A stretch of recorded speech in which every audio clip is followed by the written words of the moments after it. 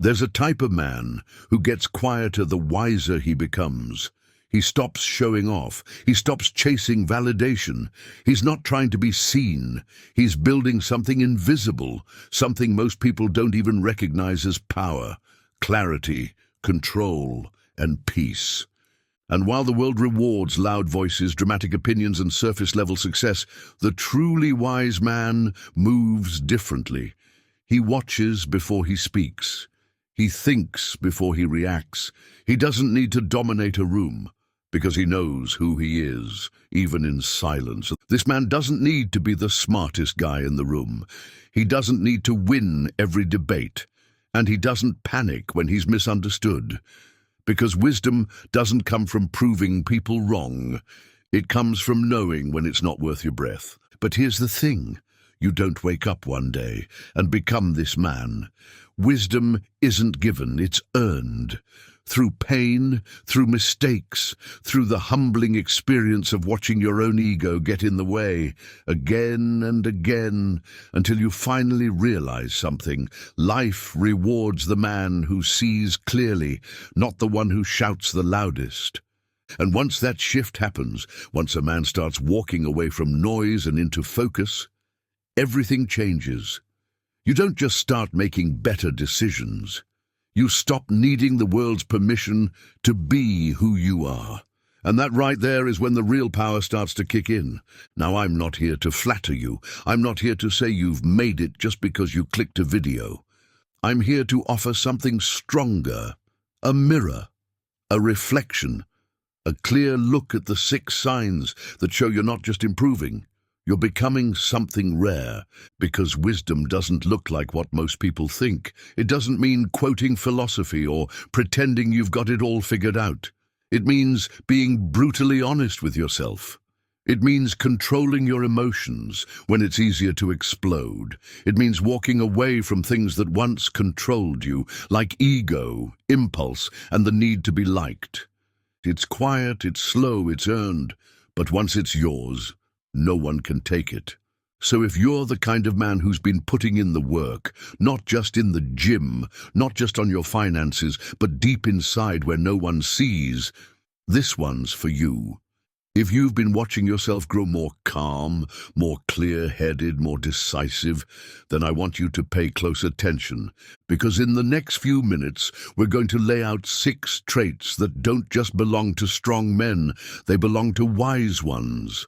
You might not see these traits in the mirror yet, but if you've started down the path, you'll feel it in your bones, and when you hear them, really hear them, you'll know exactly what kind of man you're becoming. Not loud, not perfect, but grounded, solid, untouchable by the chaos that used to control you. So, let's begin. Sign number 1. Sign 1. He listens more than he speaks. There's a moment in every man's life when he realizes that talking doesn't make him powerful. It makes him vulnerable if he's not careful. Because the more you talk, the more you reveal your insecurities, your impulsiveness, your need to be right. And a man who hasn't mastered himself will talk endlessly, hoping someone will confirm what he doesn't believe about himself.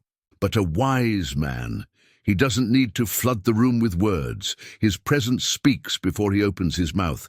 And when he does speak, it lands, not because it's clever, but because it's considered, focused, earned. You might have noticed this in yourself lately. You've stopped needing to jump into every debate. You no longer feel that itch to correct everyone's wrong opinion. When someone speaks nonsense, you don't rush to fix it. You observe it. You let it breathe, because you've realized that most people don't want truth. They want to be agreed with. And wasting your breath trying to convince them is like throwing seeds on concrete. And if you've reached that point where your silence is stronger than their noise, you're already becoming rare. Let me tell you something most men don't realize. In any room, the man who listens the most ends up knowing the most. Not just about the topic at hand, but about the people around him, their habits, their fears, their blind spots. And in a world obsessed with looking smart, he's quietly becoming wise. The Stoics mastered this. Epictetus, who started his life in chains, understood that listening was more powerful than shouting. He said, "Nature gave us one tongue and two ears so that we could listen twice as much as we speak." He lived by it. He taught through questions, not commands, and his influence echoed long after his voice fell silent. Think about your own life. How often have you regretted something you said, compared to something you chose not to say? Silence doesn't just keep you from making mistakes. It allows you to witness the mistakes of others in real time and learn from them without having to burn your own fingers. A wise man also knows that not all silence is equal. There's the silence of fear, of shrinking back when you should speak up. That's not wisdom, that's hesitation. But then there's the silence of restraint, the silence that says, "I could respond, I could escalate, but I choose not to." That silence is power. That silence takes training. It's not weakness, it's control. I once knew a man, older, quiet, the kind you don't notice at first. He sat in on a heated company meeting, surrounded by executives arguing, raising voices, interrupting each other, battling to sound important. He didn't say a word, just listened. For 45 minutes he said nothing, until the CEO turned to him and said, "What do you think, Ray?"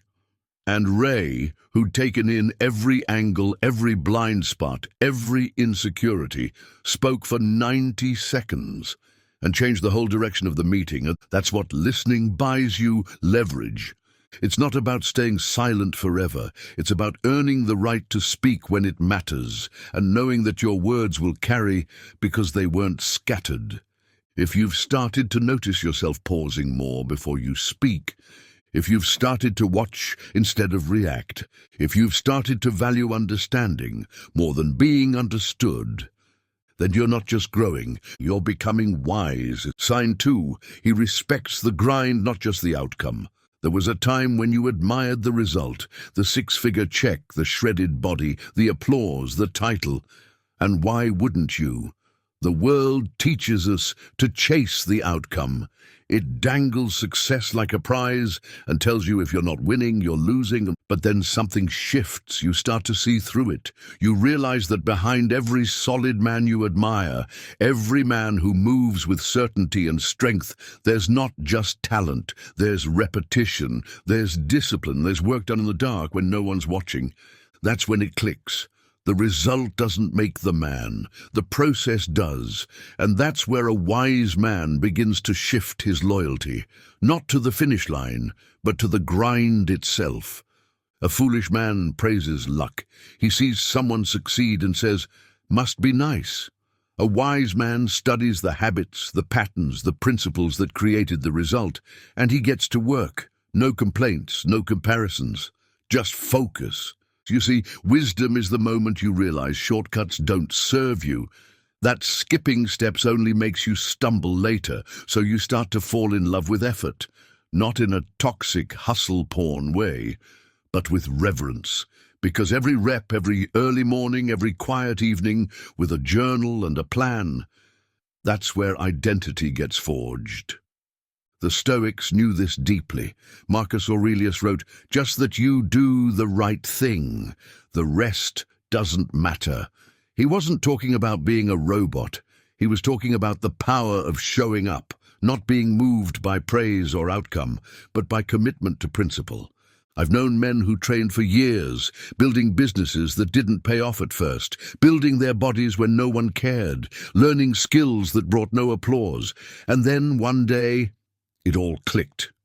But by then, the win didn't even matter as much, because they already knew who they were. The outcome just confirmed what they already believed. That's what separates the wise from the wanderers. Wanderers need proof to believe. Wise men believe before the proof shows up, because their work is their proof. The foolish man says, "I'll work hard when it starts paying off." The wise man says, "It'll pay off because I'm working hard." Big difference. Wisdom is showing up when no one is clapping. It's doing the work when motivation is gone. It's doing it because that's who you are now, not because you're chasing some shallow reward. So if you've stopped obsessing over results and started building systems, if you find satisfaction in the reps, the discipline, the routine, if you respect the boring days as much as the big wins, then trust me, you're walking the path of a wise man, because outcomes fade, but the man you become in the process, that stays with you for life. Sign 3, he walks away from battles that don't matter. When you're young or just undisciplined, every disagreement feels like a battlefield. Every opinion feels like a threat. Every challenge to your pride feels like something you have to win. That's how foolish men waste their lives, fighting wars that don't matter. But a wise man, he learns the difference. He knows that not every fire needs his water, not every fool deserves an answer, and not every insult is worth responding to. He doesn't chase arguments. He doesn't get dragged into petty debates, because he knows that the real war, the only one worth fighting, is the one inside, the one between impulse and discipline, between ego and principle, between temporary emotions and lasting purpose. A wise man doesn't need to win in the comment section. He doesn't need to argue with a stranger at the bar. He doesn't need to prove his masculinity by reacting to every provocation. He sees that kind of behavior for what it is, weakness pretending to be strength. Marcus Aurelius, the Stoic emperor who faced betrayal, war, and plague, once wrote, "You always own the option of having no opinion." Let that sink in. No opinion and no reaction, no wasted energy. That's not cowardice, that's power. The foolish man thinks he's being disrespected if he stays quiet. The wise man knows he's preserving his energy, and energy is everything. Because here's the truth, energy is limited, focus is limited, and if you spend it all on nonsense, on winning internet arguments, on proving your intelligence to people who aren't listening, you have nothing left for the things that actually matter. I've watched wise men lose small battles with a smile because they were playing for something bigger, peace, purpose, freedom. That's the difference. Fools fight for attention. The wise fight for alignment. There's a quiet kind of strength in being able to say, "This is beneath me," not out of arrogance, but out of clarity. You simply don't have time for distractions dressed as battles. So if lately you found yourself walking away from conflict, not out of fear, but out of self-respect, if you've found peace in letting others be right while you stay grounded, if you've noticed that your silence often says more than their shouting ever could, then you're not weak. You're not avoiding the fight. You're choosing the only one that matters, the fight to protect your focus, your energy, your inner stillness. And that choice, that's the mark of a wise man. Sign 4, he feels deeply but moves rationally. There's a myth out there, a dangerous one, that being wise means being cold. That wisdom means turning off your emotions, never crying, never getting angry, never letting anything touch you. That's not wisdom, that's numbness. And numbness isn't strength, it's fear dressed up in armor. A wise man doesn't avoid emotion. He feels everything. He just doesn't let those feelings run his life. He can feel hurt and still speak with calm. He can feel doubt and still move forward with purpose. He can feel rage and still choose restraint. This is one of the clearest signs that you're evolving as a man. Not that you've stopped feeling, but that you've stopped letting those feelings control your direction. See the foolish man? He gets angry and explodes. He feels jealous and lashes out. He feels offended and demands revenge. And the worst part, he justifies it. He believes emotions give him permission to act without discipline. But the wise man, he knows better. He knows feelings are real, but they're not facts. He knows emotions are loud, but they're not always right. So he does something rare. He pauses. He breathes. He thinks. This isn't easy, especially in a world that provokes you non-stop, especially when everything's trying to trigger you into reacting, social media, arguments, relationships, headlines. But a wise man builds a kind of inner firewall. He lets the wave hit, but he doesn't let it sweep him away. Epictetus said it best, "It's not what happens to you, but how you react to it that matters." And that reaction, that is where wisdom lives. You can be angry without being destructive. You can be sad without being defeated. You can feel everything and still act with clarity. I knew a man once, quiet, steady, always composed. He lost his business overnight in a market collapse. People around him panicked, cursed, blamed, but he didn't flinch. He let himself feel it. He didn't fake being fine. But he didn't spiral either. He processed, and then he got to work rebuilding. Not out of denial, but because he had trained his emotions to serve him, not enslave him. That's what makes you powerful, not emotional suppression, but emotional command. So if you've started noticing your own reactions before you act, if you've caught yourself thinking, is this my emotion, or is this my principle speaking? If you've started to pause, even just for a second, before you reply to disrespect or pain, that's not softness, that's strength. You're not becoming colder, you're becoming more in control. And that's what makes you dangerous, in the best way possible. Because a man who feels everything but is owned by nothing, that man is unshakable. Sign 5, he learns the lesson the first time. Life doesn't stop teaching. The only question is, are you learning? A foolish man gets burned by the same fire over and over, same arguments, same bad relationships, same habits that wreck his progress, and every time it falls apart, he plays the same tune. It wasn't my fault, or that's just how life is. But a wise man, he doesn't need 10 lessons when one is enough. He pays attention to pain, not to wallow in it, but to extract the truth from it, because he knows every setback holds a message. Every mistake carries a mirror, and a man who listens to life, really listens, gets stronger with every failure. That's the shift. That's when you stop seeing hard times as punishment and start seeing them as teachers. You stop asking, why me? And start asking, what's the lesson here? A wise man tracks patterns. He doesn't get caught in cycles. He doesn't date the same kind of toxic person 5 times and act surprised. He steps back, reviews, adjusts, moves different. And this isn't about being perfect, it's about being humble enough to change. Because the truth is, most men aren't stupid, they're just stubborn. They know what needs to be done, but they ignore the warning signs because change feels harder than chaos. But here's what the Stoics understood. The longer you ignore the lesson, the louder life makes it. And by the time you finally hear it, you've often paid more than you had to.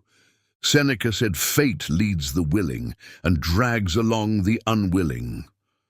The wise man doesn't wait to be dragged. He moves with willingness. He reflects. He adapts. He journals his mistakes, not to dwell, but to dissect. He remembers the cost of bad decisions, not to feel shame, but to stay awake. He lets the past sharpen his instincts, not haunt his confidence. I once knew a man who told me, I write down every mistake I make, and then I write down what I would have done differently, not because he hated himself, but because he respected himself too much to stay the same. That's wisdom, not just reacting differently, but thinking differently. And if you've reached that place where you can look at yourself without flinching, when you can say, I messed that up, and still feel solid in your spine, where you don't just experience pain, but use it to level up your pattern recognition, then congratulations, you're not just becoming a smarter man, you're becoming a better one, because growth isn't about avoiding failure, it's about refusing to repeat it. Sign 6, he surrounds himself with stronger men. The final sign might be the hardest one for most men to accept because it forces you to face your pride. But every wise man, at some point, makes a decision that changes everything. He stops surrounding himself with comfort and starts seeking challenge.